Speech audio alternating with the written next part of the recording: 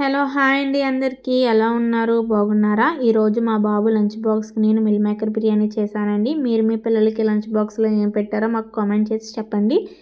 మా వీడియో కనుక నచ్చుంటే లైక్ చేసి షేర్ చేసి కామెంట్ చేయండి. మాకు కొంచెం సపోర్ట్ చేయండి. మేము యూట్యూబ్కి ఇప్పుడే కొత్తగా స్టార్ట్ చేసామండి. కుక్కర్ తీసుకొని కుక్కర్లో నెయ్యి నూనె వేసుకోవాలండి. ఆయిల్ బాగా హీట్ అయిన తర్వాత అందులో మసాలా దినుసులన్నీ వేసుకొని వేపుకోవాలండి. ఆ వేగిన తర్వాత ఉల్లిపాయలు పచ్చిమిరకాయలు వేసుకొని బాగా వేపుకోవాలి. ఉల్లిపాయలు గోల్డెన్ కలర్ వచ్చిన తర్వాత అల్లం వెల్లుల్లి పేస్ట్ వేసుకొని పచ్చివాసన పోయే వరకు వేయించుకోవాలండి.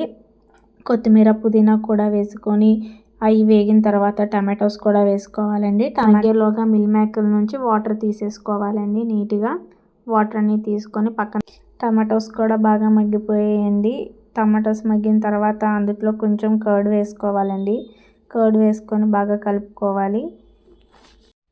మసాలా వేసుకోవడం వల్ల కింద అడుగు పడుతుందండి. అడుగు పట్టకుండా బాగా కలుపుకోవాలండి. కింద నుంచి బాగా కలుపుకుంటే అడుగు అనేది పట్టదండి. కర్డ్ వేసిన తర్వాత బాగా కలుపుకోవాలండి.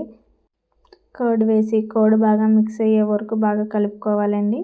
కలుపుకున్న తర్వాత కారం ఉప్పు ఇవన్నీ కూడా యాడ్ చేసుకోవాలండి. ఇది మేము పెంచుకుంటున్న డాగ్ అండి. దాని పేరు జిమ్మీ. అది మా పెట్ అండి. దాన్ని తీసుకొని మేము 7 ఇయర్స్ అవుతుందండి. అది 7 ఇయర్స్ నుంచి మా దగ్గరే ఉంటుందండి. అది పమేలియన్ బ్రీడ్ అండి. అది మా బాబుకి అదంటే చాలా ఇష్టం అండి. అది లేకపోతే ఒక నిమిషం కూడా ఉండడు. అదంటే మా బాబుకి అంత ఇష్టం అండి. ఓకే అండి. కారం ఉప్పు వేసిన తర్వాత బాగా ఫ్రై చేసుకున్న తర్వాత వాటర్ తీసేసిన మిల్ మేకర్ని అందులో యాడ్ చేసేయాలండి. నేను 1.5 గ్లాస్ బియ్యాన్ని తీసుకున్నానండి. గ్లాస్కి 1.5 గ్లాస్ వాటర్ చొప్పున 1.5 గ్లాస్ రైస్కి 2.5 గ్లాసెస్ వాటర్ పోసుకోవాలండి. ఉప్పు సరిపోయిందో